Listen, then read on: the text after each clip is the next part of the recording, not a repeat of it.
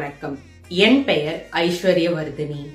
நாளும் ஒரு குரல் வரிசையில் இன்று நாம் காணப்போகும் திருக்குறள் தெருளாதான் மெய்ப்பொருள் கண்டற்றால் தேரின் அருளாதான் செய்யும் அறம்.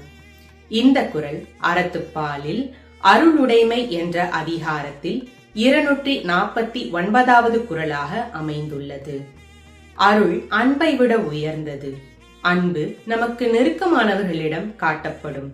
ஆனால் அருள் என்பது நமக்கு எந்த தொடர்பும் இல்லாத பிற உயிர்களிடத்தும் கருணை, இரக்கம், மனித நேயம் கொண்டு நடப்பதாகும். திருக்குறளின் 25வது அதிகாரமாகிய அருளுடைமை அதிகாரத்தில் வரும் இன்றைய குறளின் பொருளை காண்போமா? பிறருக்கு உதவுதல், பிறர் துன்பம் தவிர்த்தல், பிற உயிர்களுக்கு துன்பம் தராது இருத்தல் ஆகிய அருளான செயல்கள் செய்யாதவன் புரியும் அற செயலை ஆராய்ந்து பார்த்தால் அது அறிவு தெளிவில்லாதவன் ஒரு நூலின் மெய்ப்பொருளை உணர்ந்தது போல பயனற்றதாகும்.